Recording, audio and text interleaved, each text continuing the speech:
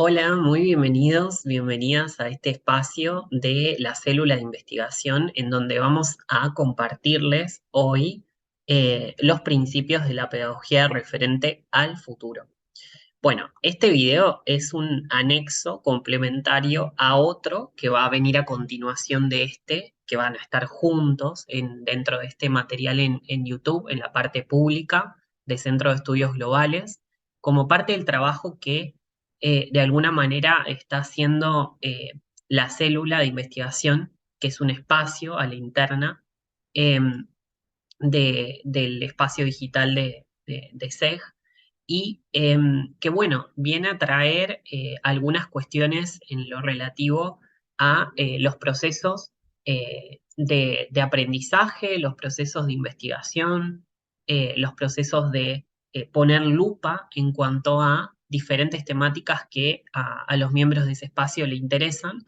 Y bueno, como en este año, eh, ya van a ver después en la explicación del video, estamos trabajando con uno de los eventos en el marco de lógica global convergente. Allí se explaya y se explica acerca de esta pedagogía referente al futuro, para lo cual hemos invitado en su momento a Edith Kimchi, que es una de las precursoras de este movimiento, y a la cual también conocen por alguna otra entrevista que le he realizado en mi canal de YouTube, y bueno, que después la voy a dejar disponible también en este espacio para que puedan complementar y puedan ver también la evolución de todo este proceso. Entonces, yo lo que voy a hacer aquí es una breve introducción de los principios, porque en esa charla que Edith muy generosamente nos brindó, em, está muy acotado el tema de los principios, pero por una cuestión de avanzar en el proceso y avanzar con preguntas más específicas en cuanto a lo que es la aplicación, en cuanto a qué está pasando hoy con esta pedagogía referente al futuro y cómo ha evolucionado. Así que yo solamente voy a hacer una breve intro de los principios para que no les queden colgados, para que no les queden ahí en el aire, y ustedes también puedan tener presentes esos principios de la pedagogía referente al futuro. Así que bueno, son principios que podemos también tener a la vista en nuestros diversos campos de articulación, de interacción en nuestra vida cotidiana. También tengamos en cuenta eso. También tenemos que deconstruir esta asociación que hay en cuanto a que el campo educativo y que el espacio educativo tiene que ver con un aula o con una escuela o con un instituto o con una universidad, sino que el campo educativo es la vida misma, básicamente. O sea, el aula es la calle, el aula es tu casa, el aula es lo que pasa cotidianamente en tu vida. Entonces, eso también es muy importante a la hora de escuchar estos principios, porque bueno, nos van a abrir a otros tipos de aprendizajes y a tener en cuenta otras cuestiones, ¿sí? Así que voy a dirigirme un momento al principio uno. No pretendo ser extenso, voy a tratar porque, bueno, me cuelgo a veces hablando. El primer principio es personalismo. El personalismo tiene como base esta aceptación neta de la persona tal y como es, o sea, la aceptación, la autoaceptación, el autorreconocimiento en cuanto a lo que soy, ¿sí? Lo que expreso, con lo que tengo, ¿bien? Y ahí, en este principio, bueno, que es el primero justamente, es donde yo voy a aprender cómo funciono, cómo tomo decisiones, cómo proceso la información, lo cual es sumamente importante, ¿sí? Porque si nos ponemos a pensar en la escuela tradicionalmente, esto no está, digamos, dentro del quehacer educativo, sino que eso es algo que vamos a aprender después o que vamos aprendiendo en la medida que nos vamos desarrollando como personas. Entonces, esta cuestión de aplicar los principios de la pedagogía referente al futuro en el marco de el campo educativo que es la vida, ¿sí? Y la existencia como ese gran aula. Bueno, ok, podemos aprender primero que se trata de reconocerme, se trata de ver cómo proceso la información, ver cómo funciona, ver cómo tomo decisiones, ¿sí? Ese es el primer principio. El segundo principio va a tener que ver con los otros. Y esos otros que son eh, distintos de mí, ¿sí? O sea, el otro es un otro, no yo. El otro existe como otro, no yo. Lo que tendemos a hacer, o sea, como operar por defecto, ¿no? Ese modus operandi por defecto, es clonarme en el otro, ¿sí? Este efecto de clonación con el otro es que yo piense que el otro piensa, funciona, procesa igual que yo, toma las decisiones igual que yo. Y no es así. El otro es otro, no yo. Entonces, el primer punto de este segundo principio tiene que ver con ese reconocimiento de la existencia del otro como otro no yo, ¿sí? Em, y permite abrir ese espacio justamente para su reconocimiento y establece algo que ocurre de base en este principio, es que establece la base justamente para la coordinación de acciones, para la colaboración, para la cooperación. Yo no puedo coordinar acciones con un otro si no tengo entendido, no abro ese espacio de reconocimiento a ver, bueno, cómo el otro procesa, cómo el otro funciona, cómo toma decisiones. Y es esa la base para justamente coordinarnos, colaborar y cooperar. Bien, vamos al principio 3. El principio 3 tiene que ver con la inclusión del contexto como un ámbito educativo. Y es esta no formalidad, ¿sí? El, podríamos decir que el 80% de lo que es lo que aprendemos no viene del ámbito formal educativo, ¿sí? Sino que viene de nuestros aprendizajes cotidianos, de nuestra vida básica y común, eh, y no por eso menos importante, ¿sí? En cuanto a lo que nos va sucediendo en nuestras experiencias y lo que vamos registrando y documentando en esas situaciones que van aconteciendo en nuestra vida cotidiana, ya sea en el ámbito laboral, en el ámbito eh, relacional con nuestra familia, con nuestra pareja, con nuestros amigos, eh, etcétera, ¿sí? Todo espacio es un espacio educativo, ¿sí? Entonces, eh, vamos en este tercer principio a incluir ese contexto, ese ambiente, el contexto como un ámbito educativo. Y nos va a permitir abrir el espacio para reconocer que esa principal fuente de conocimientos proviene justamente de la vida real y esto establece las condiciones para la atención. ¿Por qué decimos que establece las condiciones para la atención? Porque cuando nosotros partimos de lo que es el, el- los puntos que a mí me llaman la atención, que me provocan un efecto foco, ¿sí? Sobre algo que capaz que no tiene nada que ver con lo que estoy aprendiendo en tal curso, en tal especialización, en tal, o lo que el niño o la niña, por ejemplo, está viendo en el colegio. Justo le llamó la atención tal palabra, ¿sí? Pero no es lo que se está enseñando justo en la clase de lengua o de lenguaje, ¿sí?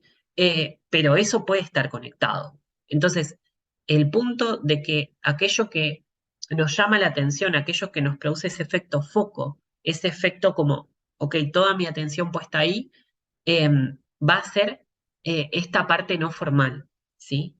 En lo no formal hay mucha información por codificar, sobre la cual nosotros tenemos que codificar aprendizaje, ¿sí? Entonces, este es un aspecto súper importante y bueno, creo que es un poco lo que se están encontrando hoy los educadores en las aulas comunes de la educación tradicional cuando intentan dar un tema que, bueno, lo tienen que estar conectando con cuestiones que vienen de la vida, de la calle, de la casa, de aquello que forma parte de la cotidianidad de, del educando, ¿sí? Entonces, es súper importante este principio.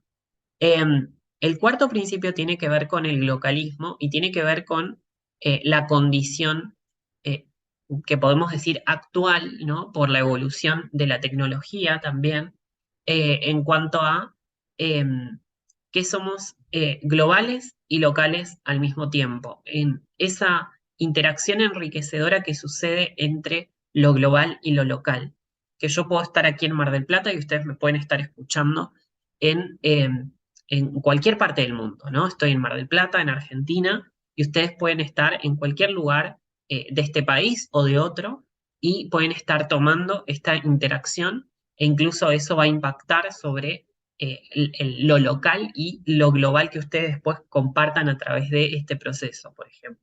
Entonces, esta cuestión de lo interactivo entre lo global y lo local. De hecho, cuando hicimos la conexión con Edith en esta última oportunidad, ella está en Israel y nosotros estábamos yo acá en Mar del Plata, otra persona en Mendoza, otra persona en Estados Unidos. O sea, esta posibilidad que nos brinda la tecnología y también este reconocimiento de lo global y la interacción con lo local. Creo que un poco el efecto que ha producido la pandemia en ese sentido también ha sido muy importante.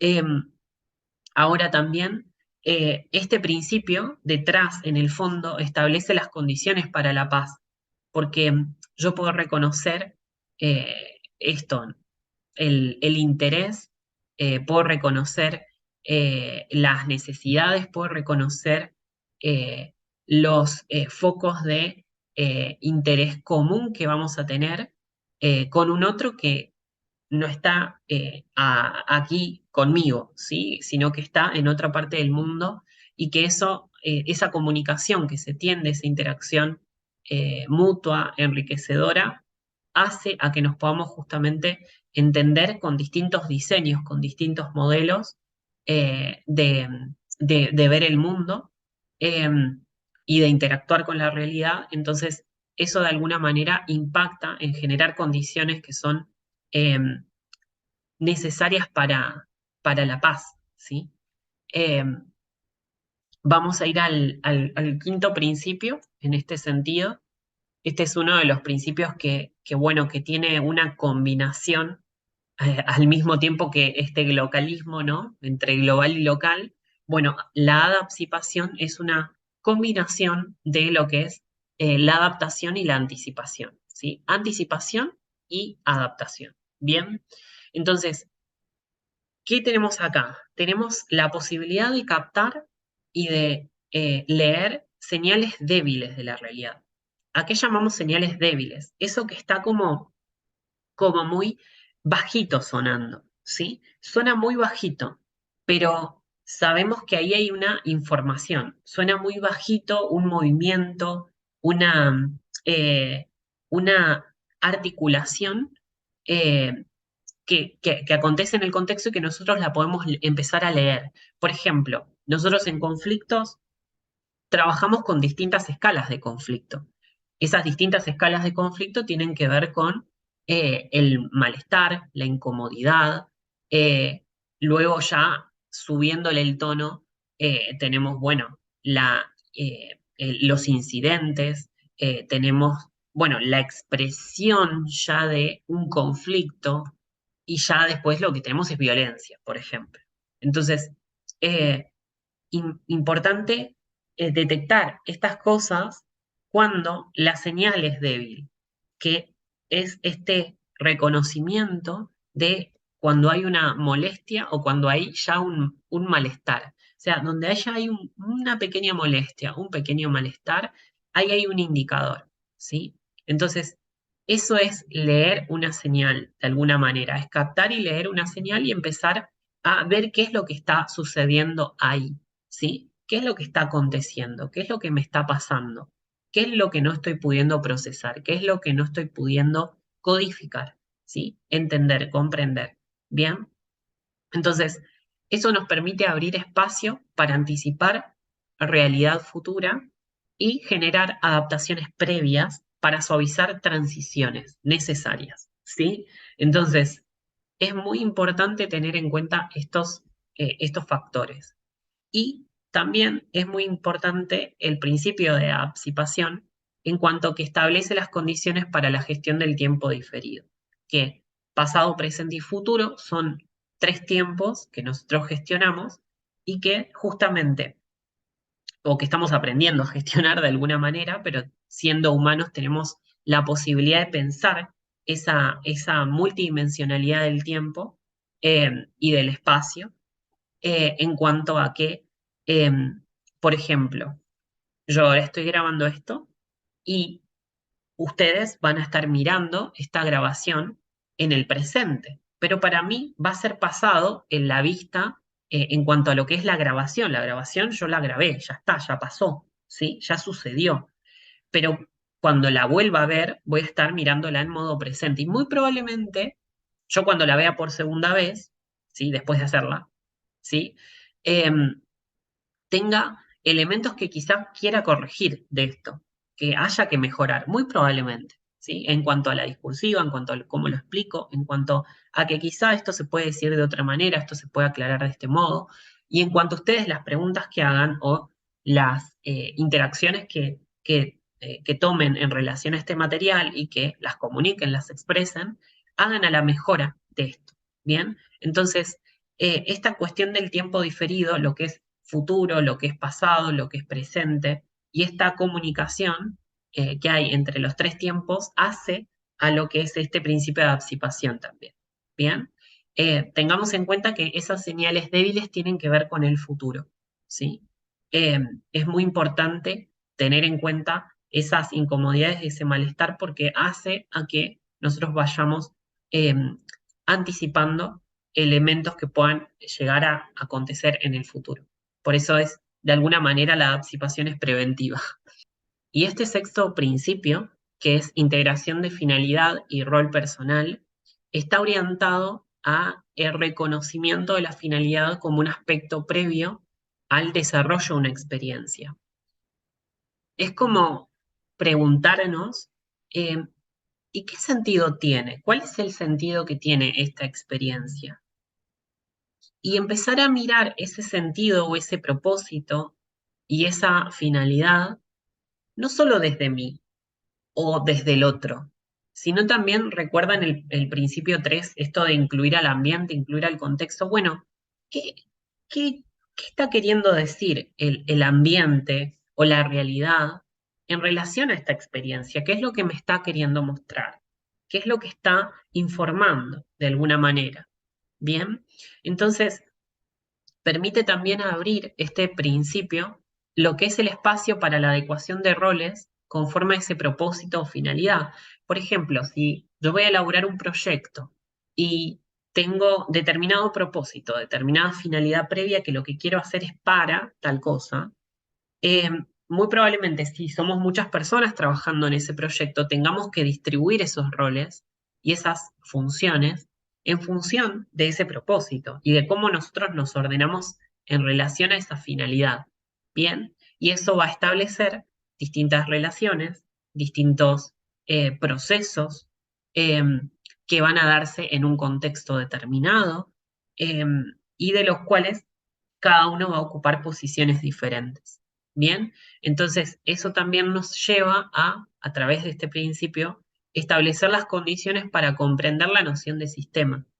Esto que podemos nosotros mirar eh, cuando acontece algo en la realidad y establecer esa mirada como más profunda y no tan polarizada como solemos hacer, digamos, en cuanto a mirar esto, ¿no? Bueno, ¿cuáles son las posiciones en esta situación?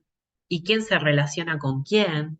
¿Y qué procesos hay dentro de estas relaciones? Dentro y fuera, ¿no? ¿En qué contexto? ¿Hay algún patrón? ¿Hay algo que se repite? ¿Hay algo que se reitera con el tiempo? Bueno, esta mirada que no es para resolver, sino que es para comprender, ¿sí? Entonces, es muy importante también este último principio.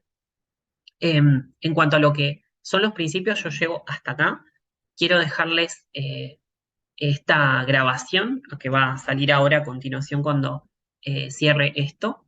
Y, y bueno, espero que puedan disfrutar esa charla con Edith y en su caso que la puedan complementar con aquella entrevista que le hice en febrero de 2019, ya hace más de 4 años, y en lo que esta pedagogía referente al futuro ha evolucionado en cuanto a los diferentes procesos, ¿sí?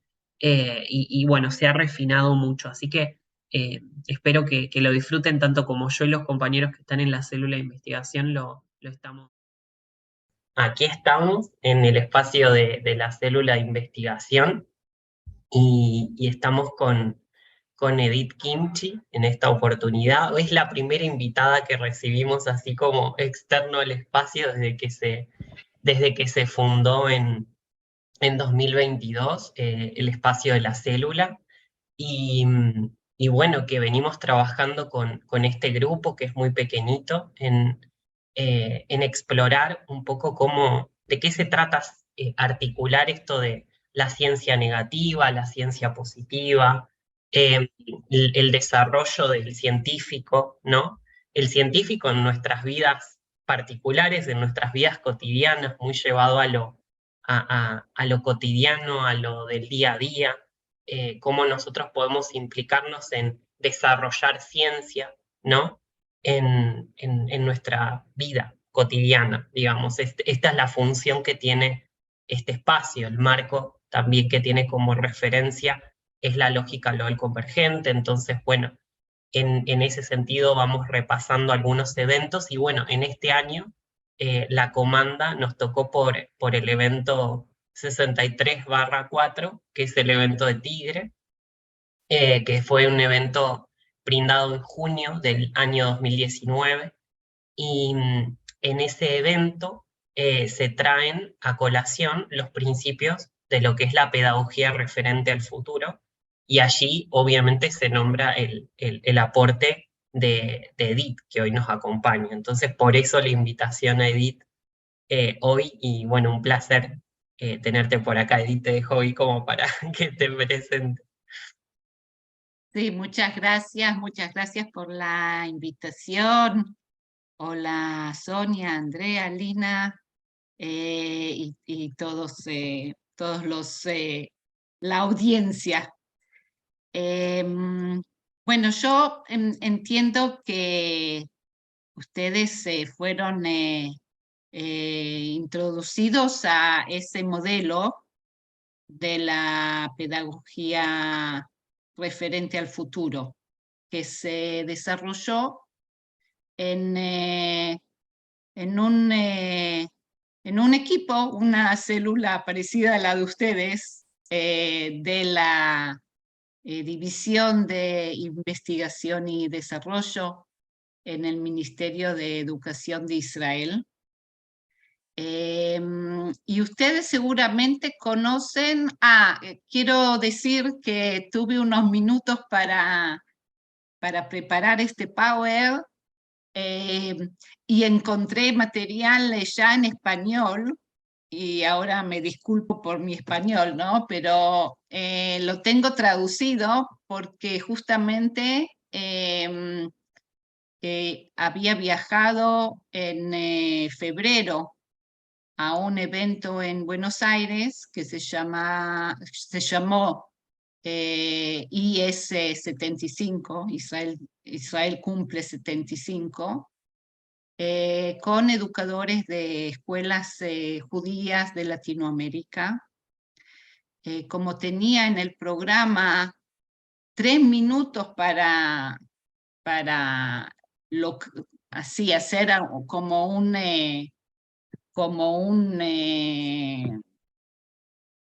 Una presentación, presentación. Ujú. una presentación del momento que está viviendo Israel en este cumpleaños de 75. Usé algo que dijo el profesor David Pasig, que es un futurista israelí, que estamos pasando, que generalmente cada pueblo en su cuarta generación debe transferir de la alianza de origen a una alianza de destino. Y eso me sirvió mucho a explicar el momento que puede llevar muchos años, pero que en general el pueblo con sus mitologías y sus etos es referente al pasado, ¿no? Es referente a lo que nos pasó. Y en cambio, en un momento, los diferentes grupos ya sienten que esa goma que los unía desde el pasado ya no, ya es débil, se debilitó y ya no los une. Entonces hay que buscar una alianza que tenga referencia en el futuro, hacia dónde vamos juntos, no desde dónde venimos. Y así llegó al modelo, ¿no? Porque este modelo que fue justamente presentado la primera vez en Argentina en conmemoración del aniversario 70 de Israel, es un modelo con referencia al futuro, o sea, cómo sería la educación cuando leemos las tendencias sociales y tecnológicas y económicas que están y políticas que están influenciando al mundo de la educación, qué principios vemos que van a ser los más relevantes. Y acá están los principios. A ver, llevo un láser. El principio de la personalización, ¿no? El personalismo, que cada uno es una persona particular, es un particular, ¿no? Eso eso ya es un cambio de paradigma en el mundo de educación que fue industrial. Hasta ahora el paradigma fue industrial, no particular. Después el segundo principio que vienen juntos es como una pareja, es la cooperación, o sea, el trabajo con el otro, porque vivimos en un contexto, entonces estoy yo y estoy yo con el otro.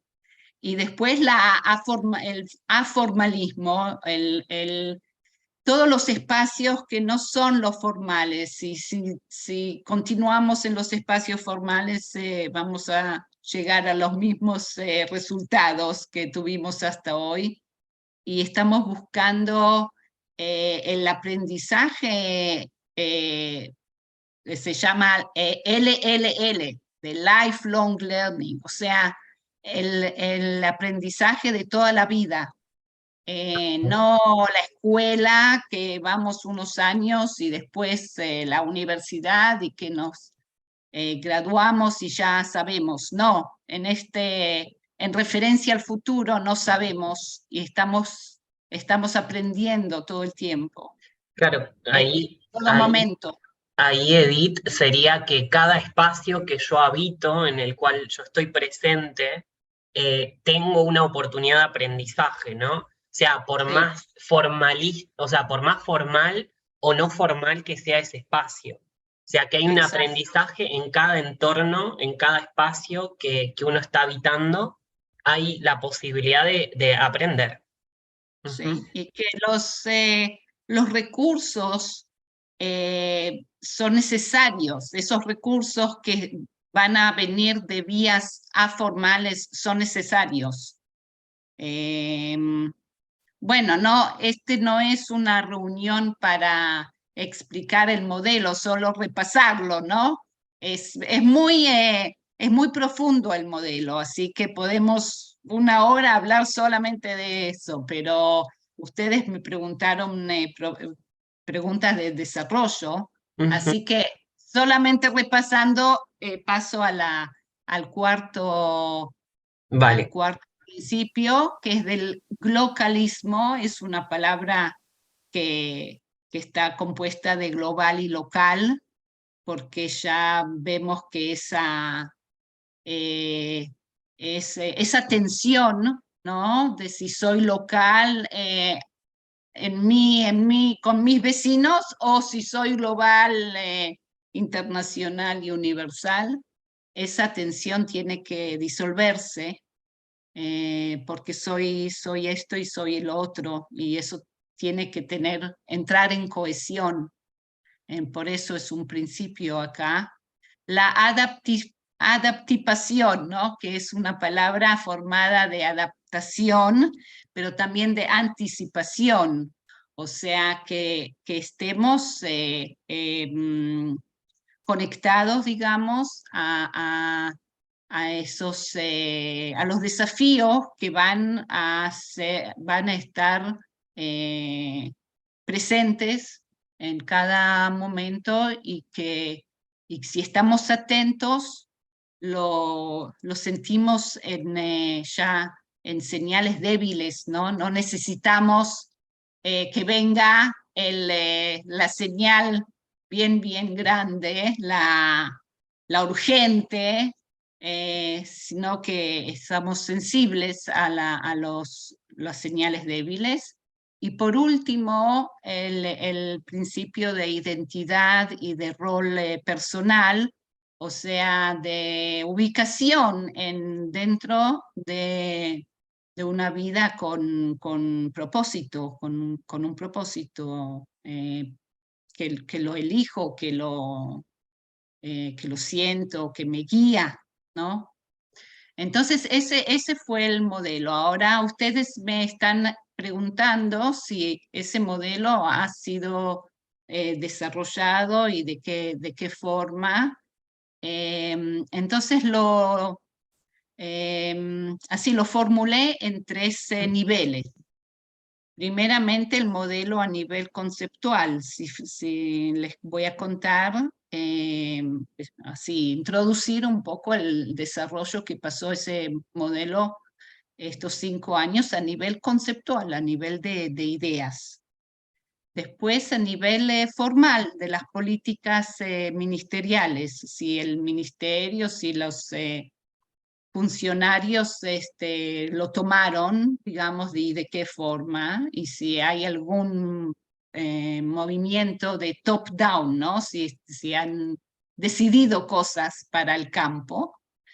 Y después, a nivel aplicativo del campo, bottom-up para arriba, que serían las prácticas. Entonces, a nivel conceptual, y sí, y la respuesta es positiva, se ha desarrollado el modelo y les voy a contar en estos 3 niveles. A nivel conceptual, aquí ven en el corazón del nuevo modelo los 6 principios. Pero esto fue como ubicado dentro de su entorno, digamos. ¿Cuál es el entorno? Porque estaba como colgado en el aire, ¿no? Y ahora tiene dónde pararse. Y primeramente estamos parados en una realidad cambiante y hay que confrontar eso. Hay que ver que sí, hay muchos cambios muy rápidos que sí tienen potencial de cambiar mucho y de sacudar mucho lo que se llama la ruptura, ¿no? La realidad disruptiva. Y eso esto trae desafíos y oportunidades. Mami, mami, estoy en una reunión, te llamo después.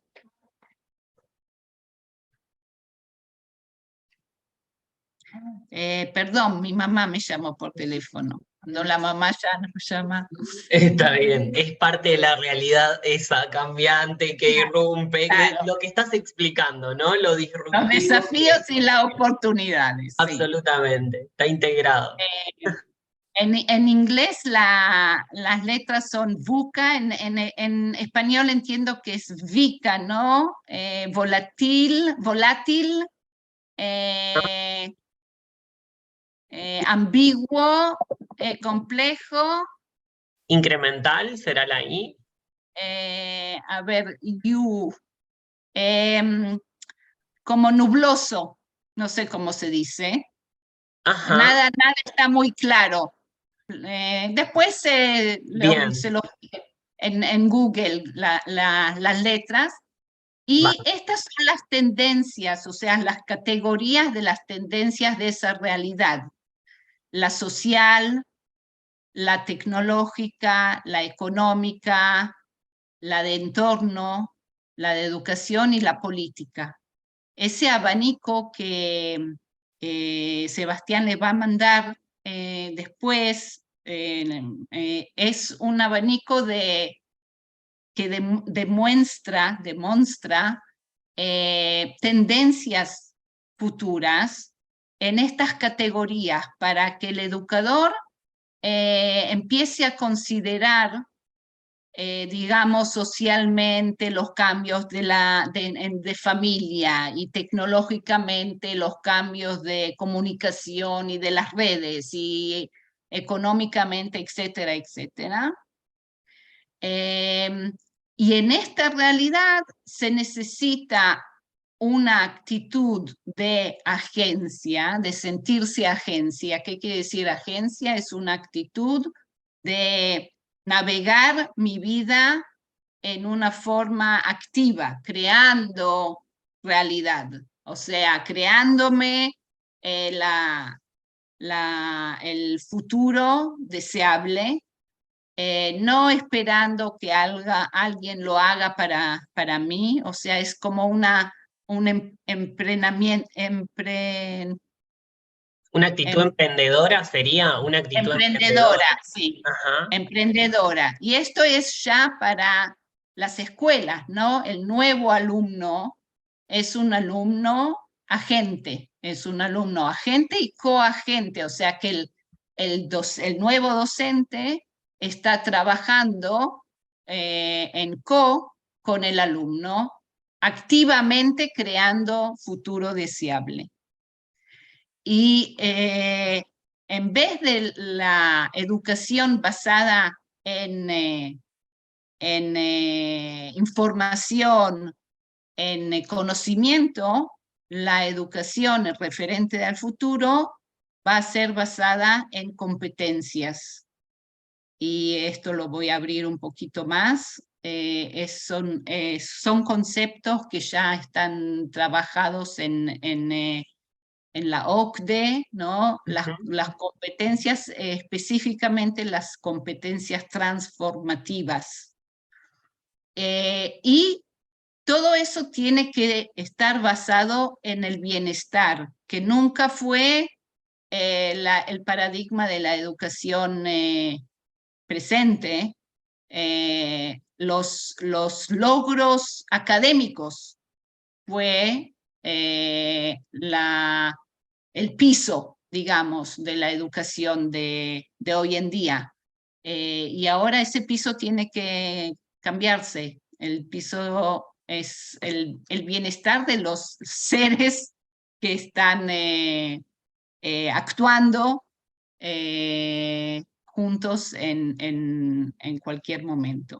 Y también ahí debe haber una interpelación, imagino, Edith, porque en términos de bienestar, como construcción del bienestar, ¿no? O sea, construir el bienestar, Sí. generarlo, ¿no? Claro, acá estás hablando La de agencia. la agencia en relación al bienestar, Ajá. pero el bienestar en términos así prácticos es la verdad que es la comunicación, las relaciones en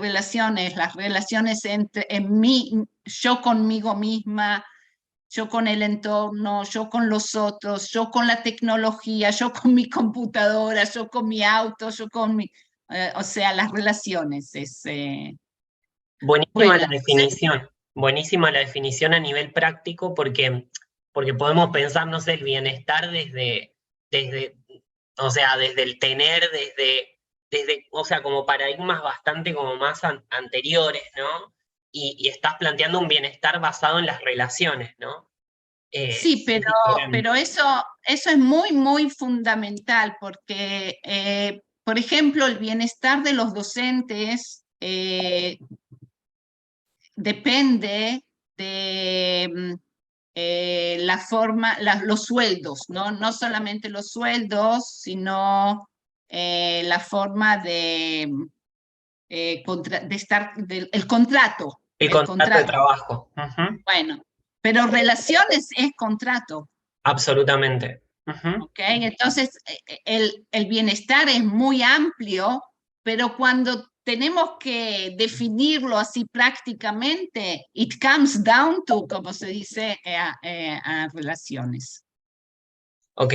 Ahora, entonces, ese fue el desarrollo conceptual y acá está ese concepto de las competencias que no es solamente el conocimiento como fue hasta hoy, sino una combinación sinérgica de conocimiento, de habilidades y de valores y actitudes. O sea que para responder a los desafíos y oportunidades, el humano necesita eh, mucho más que un conocimiento que fue dado a través de una disciplina, sino que necesita esta combinación que es más compleja, ¿no? Es más auténtica.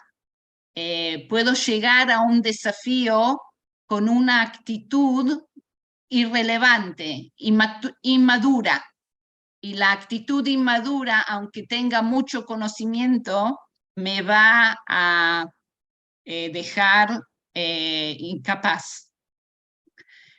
No, nuevamente, no es una reunión para abrir lo que es las competencias, pero muestro un poco del desarrollo de esos conceptos. Y ahora les voy a contar un poco del desarrollo en términos de las políticas ministeriales, o sea, cómo reaccionaron en el ministerio, si les gustó, si van a hacer algo con eso. Entonces lo dividí acá en palabras, decisiones e inversiones. Empiezo con palabras porque la verdad que todo empieza con palabras. Eh, y tienen su importancia, ¿no? Porque las palabras que hace 5 años nosotros dijimos como personalismo, localismo, aformal, y sonaban raras y sonaban muy nuevas y un poco locas, hoy son usadas, ¿no? Hoy son usadas, se entienden, o sea, se creó un lenguaje. Y las palabras se convierten en actos y los actos en hábitos y los hábitos en destinos, así que en términos de palabras, el modelo ha introducido nuevas palabras, sí, y se usan hoy y se entienden. En términos de decisiones, porque palabras es palabras, pero tomar una decisión ya es más serio, ¿no? Está siempre ese dicho de que al principio, creo que de Gandhi, que primero te ignoran, después se ríen de ti, después te atacan, pero al final no ganan, ganás, ¿no? Al final te.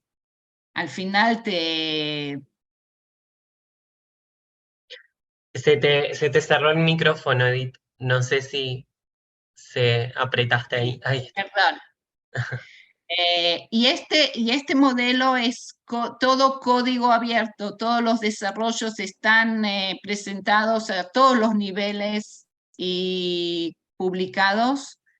Eh, y bueno, sí, se tomaron algunas decisiones, pero tenemos que entender que decisiones ministeriales como en países latinoamericanos, no todas las decisiones ministeriales se cumplen y a veces se toma una decisión por muchísimas razones e intereses.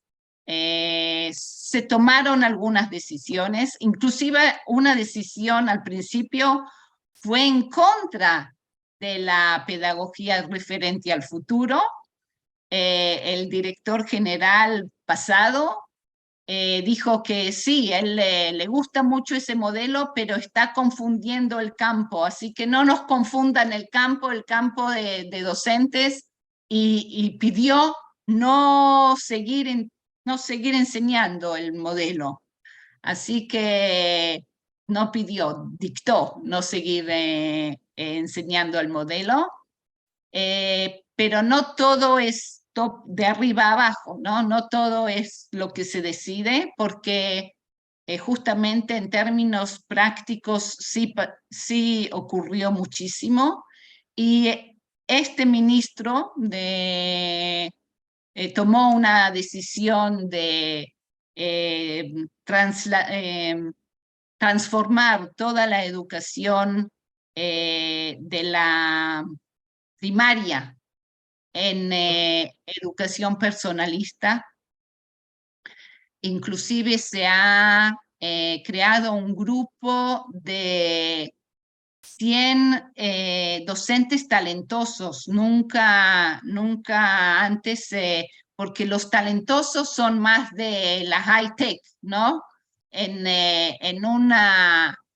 un sistema público eso no se usa, porque eso ya es de la unión de los docentes. Pero sí se han elegido docentes talentosos, y nosotros fuimos encargados del programa. Justamente los recién vuelven de una semana de gira de recorrido en Holanda. Así que el personalismo acerca de alumnos, el personalismo acerca de docentes, sí sí captó. Y a veces ellos quieren hacer más cosas. Un ministerio no es, a veces no se pueden llevar a cabo cosas por muchísimas razones, ¿no? Así que no es, no es solo el querer del que toma decisiones, pero sí, por ejemplo, el concepto del globalismo ha dado inicio a una educación que se llama educación en movimiento, que es una escuela que no tiene edificio permanente, no está situada en un edificio, sino que tienen un contrato con 7, 8 localidades en un radio de 20 kilómetros, y cada mes y medio, toda la escuela va a ese centro, a ese museo, a la playa, a ese centro de deportes, no sé qué, de acuerdo a al contrato, y bueno, arman la escuela por un mes y medio con todos esos desafíos y con toda esa situación así muy desafiante, y lo llaman lo llaman la educación local, que donde vos vas te haces tu casa, donde vos vas podés hacerlo casa, hogar, podés hacerlo hogar, ¿no? Y también, por ejemplo, para ayudarles a las instituciones cristianas en Israel, tenemos un 15% de instituciones cristianas muy buenas, la verdad, de mucha calidad. Israel no sabía cómo definirlas, y fuimos nosotros enviados como expertos para definir el modelo y usamos este concepto de local porque en el mismo momento están en su comunidad local, pero en el mismo momento están relacionados con todas las comunidades cristianas del mundo. Así que sí, eso se usa prácticamente. Hay muchos modelos, muchas escuelas, muchos equipos que eligen como un principio, uno de estos 6 principios y ahora también de las competencias, eligen como, como se dice, brújula, ¿no? Como brújula y lo usan y diseñan todas las actividades que están ocurriendo en la escuela de acuerdo a esa brújula. Les cuento que también en uno de los gráficos, porque hablamos de palabras, pero miren acá este gráfico, que no lo hice, no soy yo la dibujante, ¿no? En cual se ve el modelo, se ve, acá dice realidad, VK, ¿no? Se ve el sol como desafiante y dando también las oportunidades en las cuales estamos actuando. Y acá es una filtración astronómica, ¿no? De nuestra situación.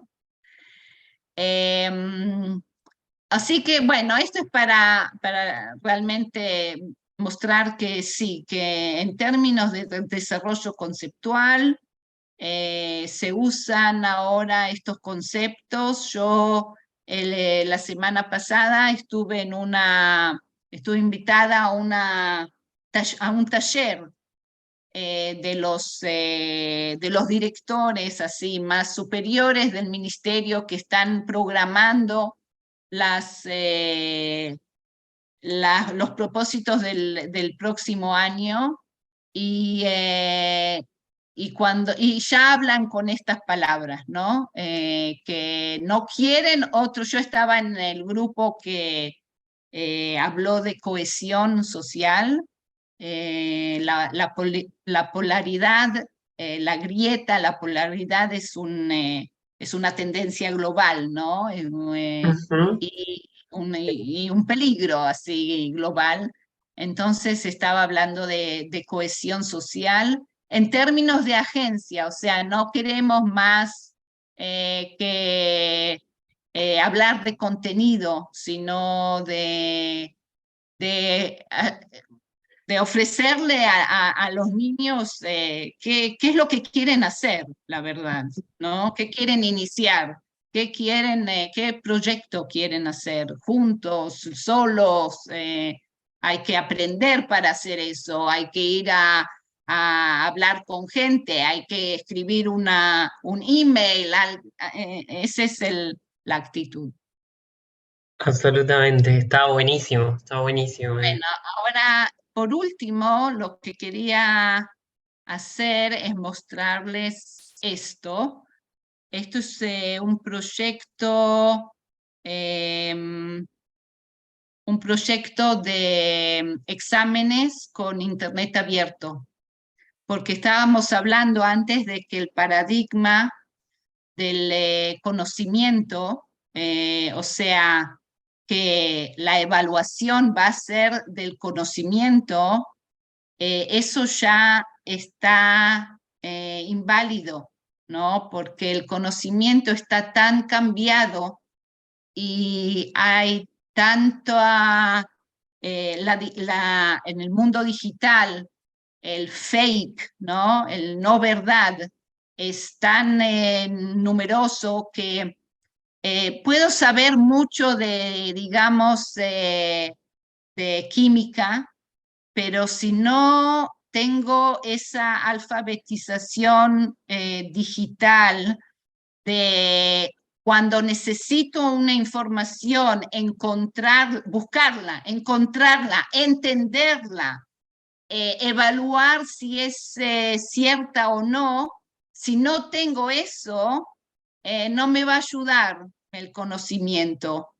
Entonces, las preguntas en exámenes que tienen el Internet abierto, y no sé, si es una pregunta sobre Mar del Plata, y yo en los 45 minutos del examen puedo hablar con Sebastián y preguntarle directamente y no necesito leer nada, eso también es parte de la alfabetización, ¿no?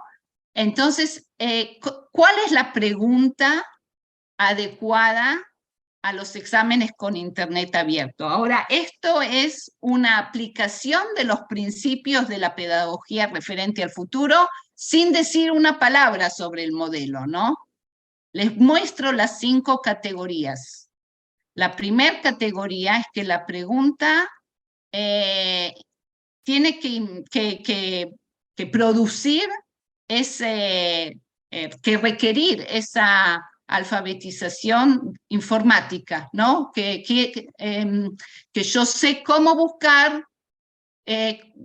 a qué elegir en un tiempo limitado, entender lo que estoy leyendo, comparar, saber apreciar y evaluar la fuente, y después también mencionar la fuente. Todo eso es la primera categoría. La segunda categoría es que la pregunta debe, no es cierto eso que en educación es el único lugar que preguntamos preguntas que ya sabemos la respuesta, ¿no?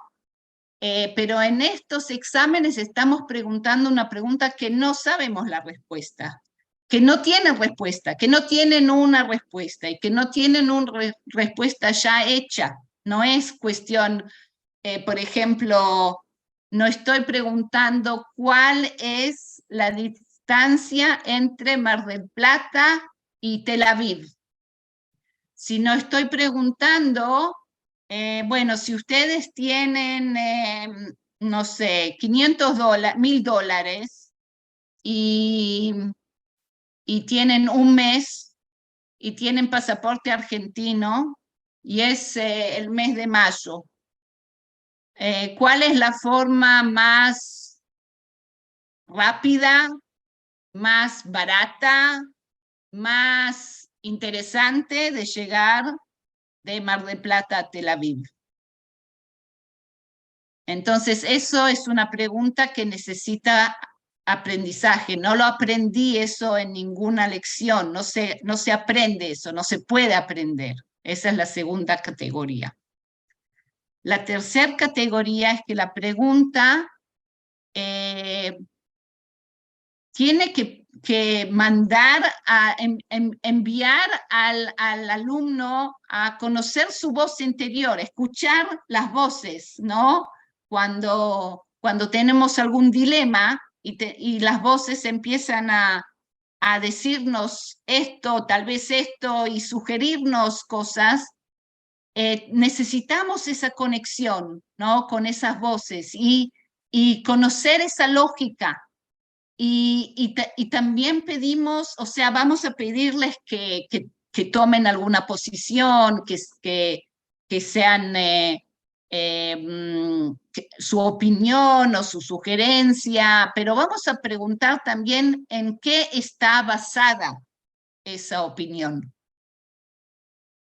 Está basada en artículos que leí, está basada en un programa de televisión, en un video de TikTok, porque me lo dijo mi padre. ¿En qué está basada esa opinión? O sea, una reflexiva sobre cómo estoy funcionando, cómo funciona mi procesador.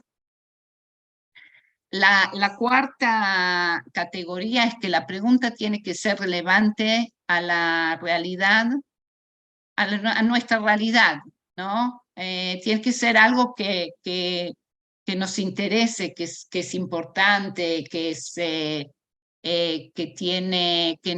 nos molesta, ¿no? Actual, o sea, si hay alguna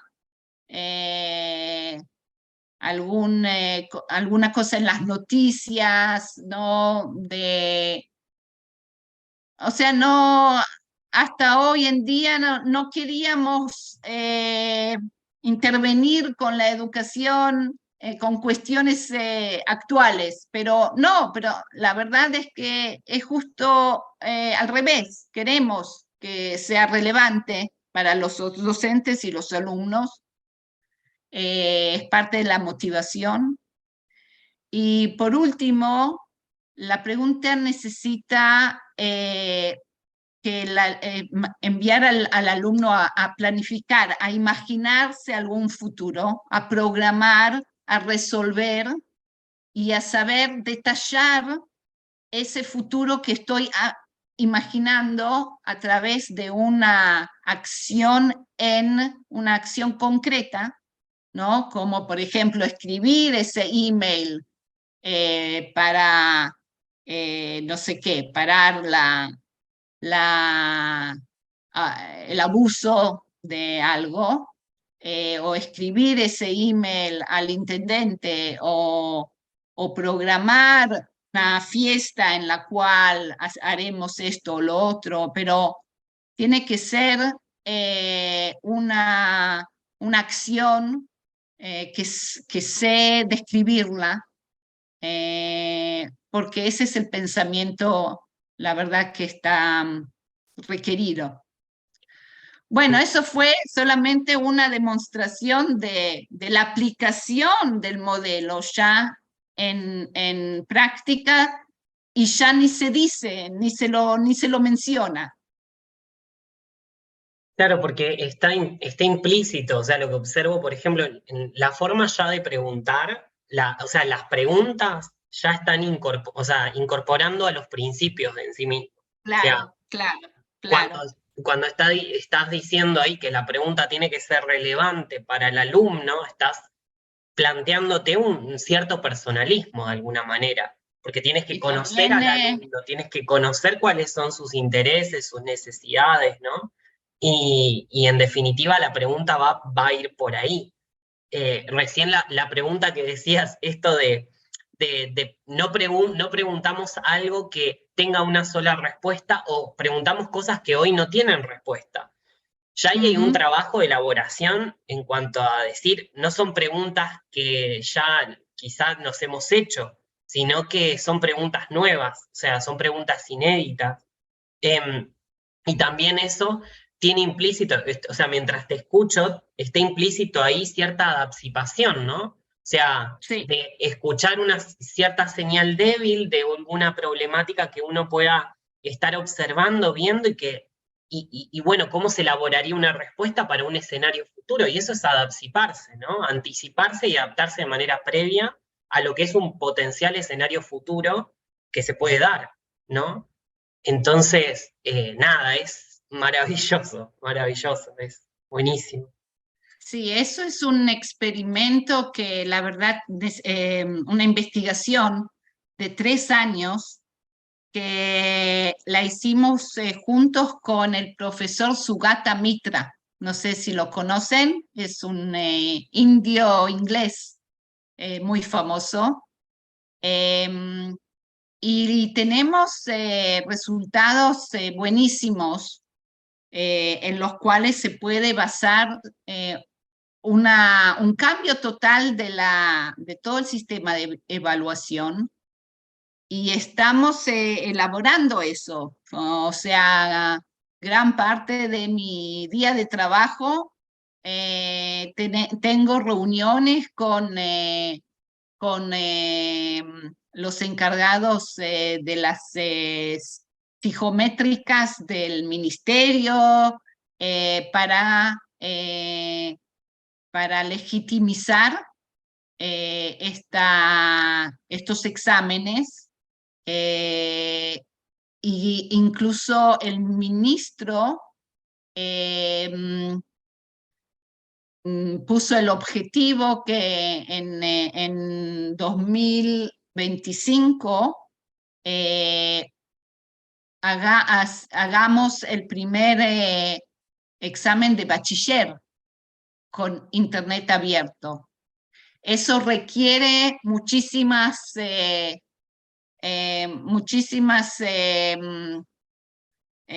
coordinaciones, ¿no? Por ejemplo, con las universidades, y porque si yo tengo el 80, digamos, en mi, ¿cómo se llama? No recibí esa nota. Cuando Claro. voy a la universidad, ellos necesitan saber qué quiere decir esa nota, ¿no? Bueno, es en la ¿En base a práctica. qué, sería como en base a qué sistema de evaluación el alumno obtuvo esa calificación, sería, ¿no? Exacto, exacto, exacto.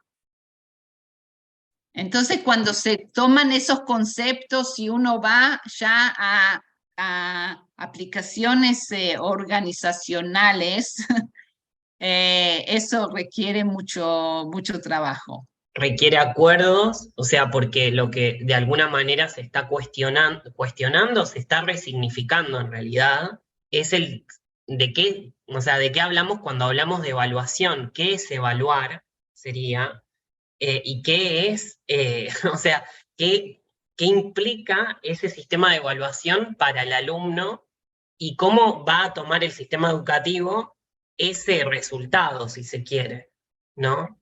Y les cuento que, por ejemplo, en el paradigma presente, un examen no se puede, o sea, no es algo legítimo profesionalmente preguntar en el examen algo que no enseñé en clase. Pero en exámenes, en esta nueva paradigma, en la pedagogía con referencia al futuro, justamente es lo que hacemos. Preguntamos no sobre lo que hablamos, sino sobre las necesidades, los desafíos y qué harías si estarías en esta situación. Y también hay como un mensaje dentro de todo eso a las generaciones Z y Milenia. Bueno, ustedes tienen que hacer funcionar todo esto de otra forma, porque si no, no salimos de las situaciones en las que estamos, de las situaciones de violencia, de las situaciones de abuso, de las situaciones bueno, toda la realidad, ¿no? Pero entiendo, ahí yo me preguntaba, Edith, ¿no? En todo lo que es el proceso de desarrollo de esta pedagogía que es, o sea, es nueva, ¿no? En ese sentido, que es inédita, porque la pedagogía que teníamos era más en referencia al pasado, como comenzaste a explicar, ¿no? Em, y yo me preguntaba, porque hablaste un poco, creo, de las dificultades, ¿no? En relación a las decisiones del ministerio y cómo llega a eso, y hay veces hay como también falta de inversión o se da marcha atrás a determinadas cuestiones, ¿no? Pero si tú tuvieras que como pensar cuáles son esas dificultades em, que se encuentran en la aplicación práctica. O sea, porque o sea, mi hipótesis es que tiene que ver con nosotros como personas, o Sí. sea, cómo operamos, ¿no? La, el desafío más grande es la capacitación de cada uno de los docentes. Es como pasar al otro continente y, y hay que crear un puente. Bueno, lo creamos el puente, pero hay que como escortar cada uno pasando por el puente a la otra orilla. Y ya en la otra orilla orientarlos. Y es uno por uno, ¿eh? Uno por uno. Aplicando también ahí el personalismo, la cooperación con los docentes, ¿no? Porque es como multinivel, ¿no? El proceso. Exacto, Ujú. exacto. Buenísimo. Bueno, no sé si estamos ya casi en tiempo directamente, estamos casi sobre sobre el final. No sé si Andrea, Sonia o Lina tienen alguna pregunta ahí, porque Edith tiene poquito tiempo. Ahí Sonia levanta la mano. A ver, Sonia.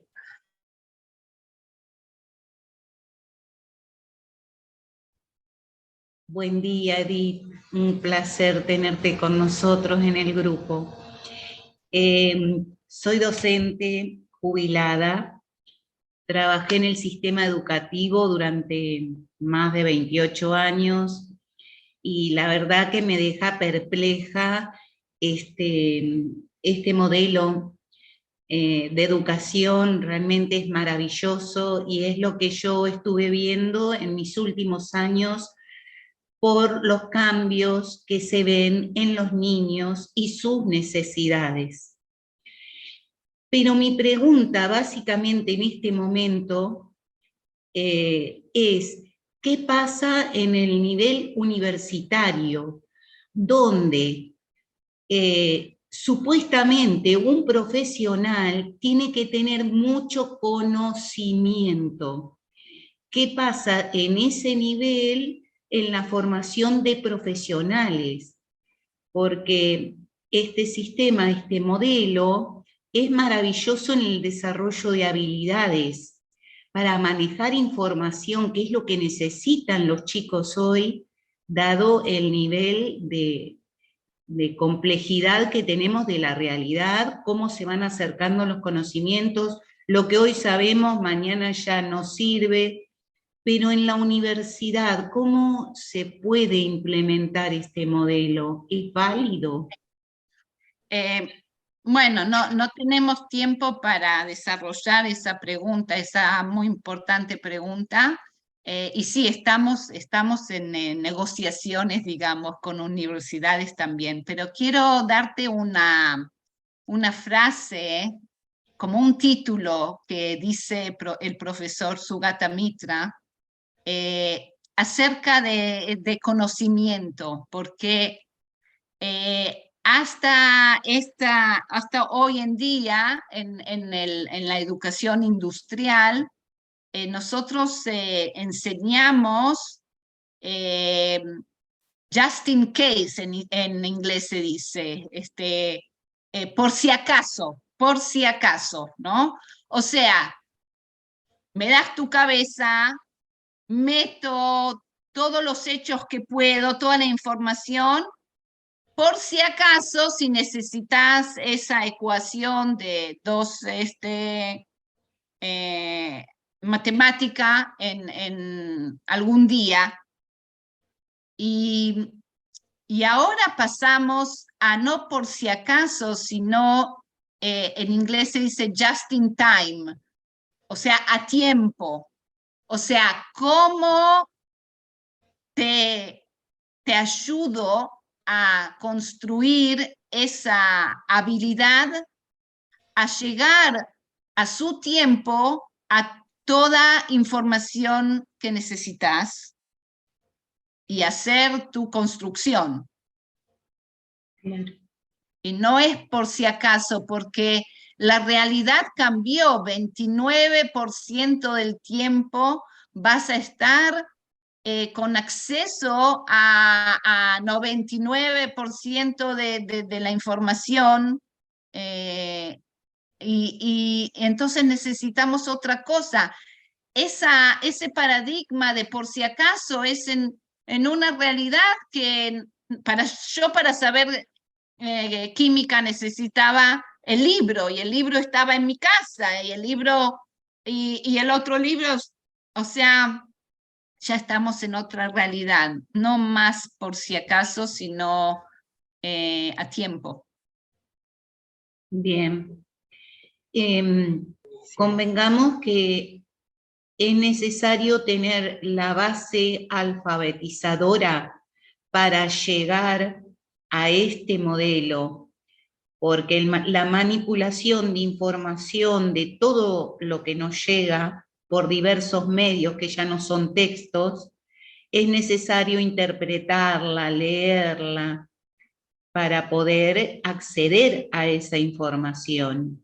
Bueno, justamente eso, sí, por eso estrategia de este cambio, esta investigación que lidero, es cambiar la evaluación primero.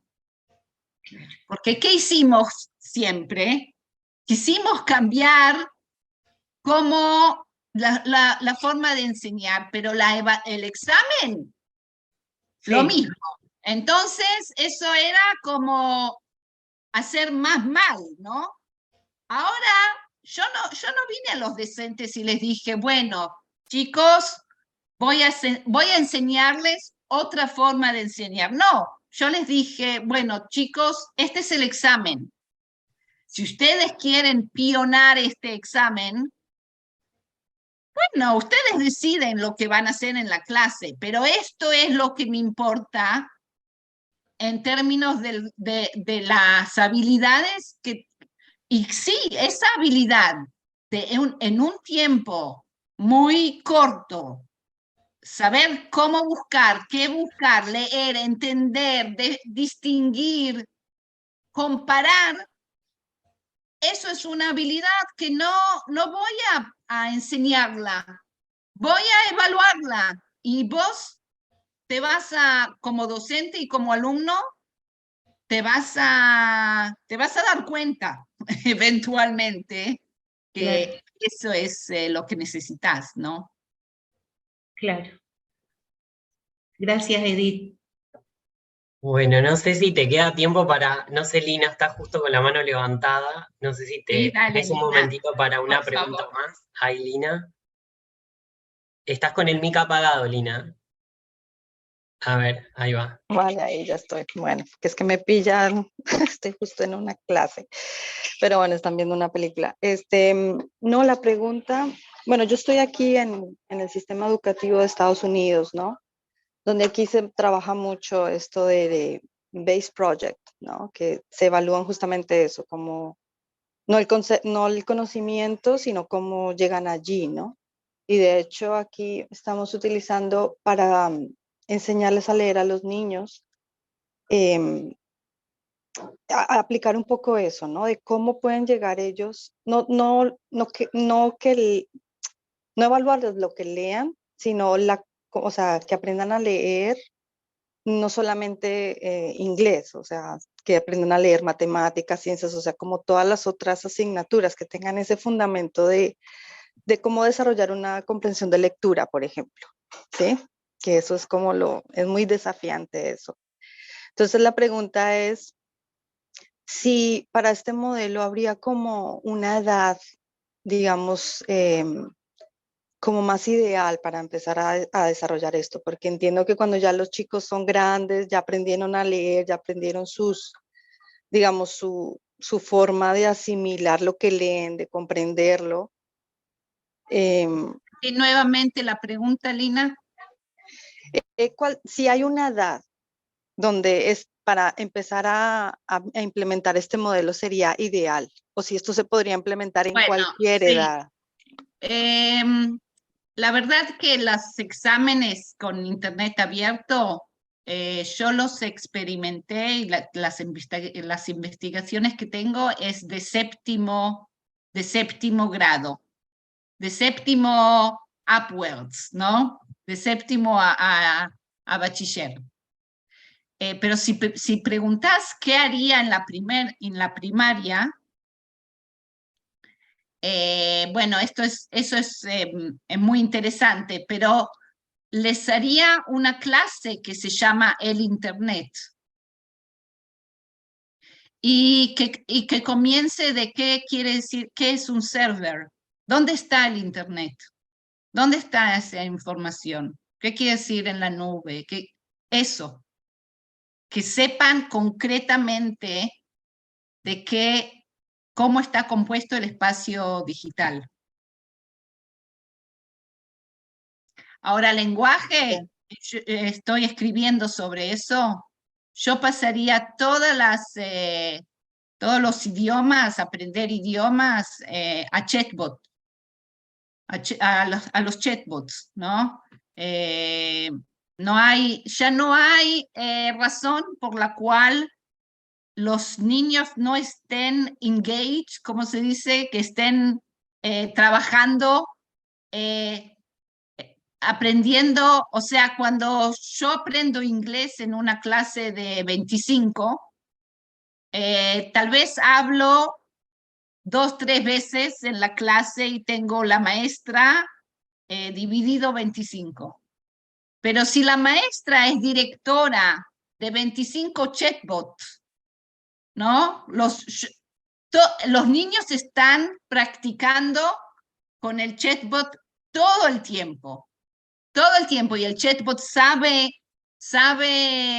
corregirlos y sabe dar al final un resumen para que la maestra sepa de qué hablar. Y ese es el mejor método de aprender a hablar, practicando con alguien que es que no te importa hacer errores, ¿no? Porque no te reta. Los chatbots son muy amables, ¿no? Sí, bueno, muchas gracias. Está buenísimo, está buenísimo. Buenísimo, nada. Edith, como siempre, un placer escucharte, los aportes, todo lo que nos compartís, realmente es enorme, tiene un valor. Muchas gracias a ustedes y te pido que les envíes Sí. ese abanico de tendencias, eso va a aclarar un poco más Sí. en qué está basado todo este modelo. Bien, yo les voy a pasar ese PDF que me enviaste y no sé si la presentación o al menos las partes que mostraste aquí hoy, si eso también lo puedes pasar, preguntaban ahí las compañeras si lo podés Sí, tener. te las voy a Bien. pasar.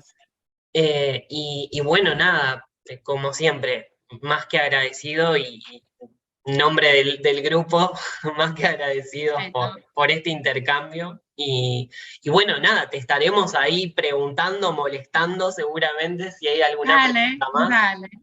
Dale. Y bueno, seguramente será productivo y bueno, generativo para todos. Así que bueno, gracias. Bueno, Gracias por a este ustedes. espacio. Muchas gracias, Edith. Muchas gracias, Sebastián. Un gusto, Gracias. la verdad, un placer esta reunión. Nos Bueno. vemos. Nos vemos viendo.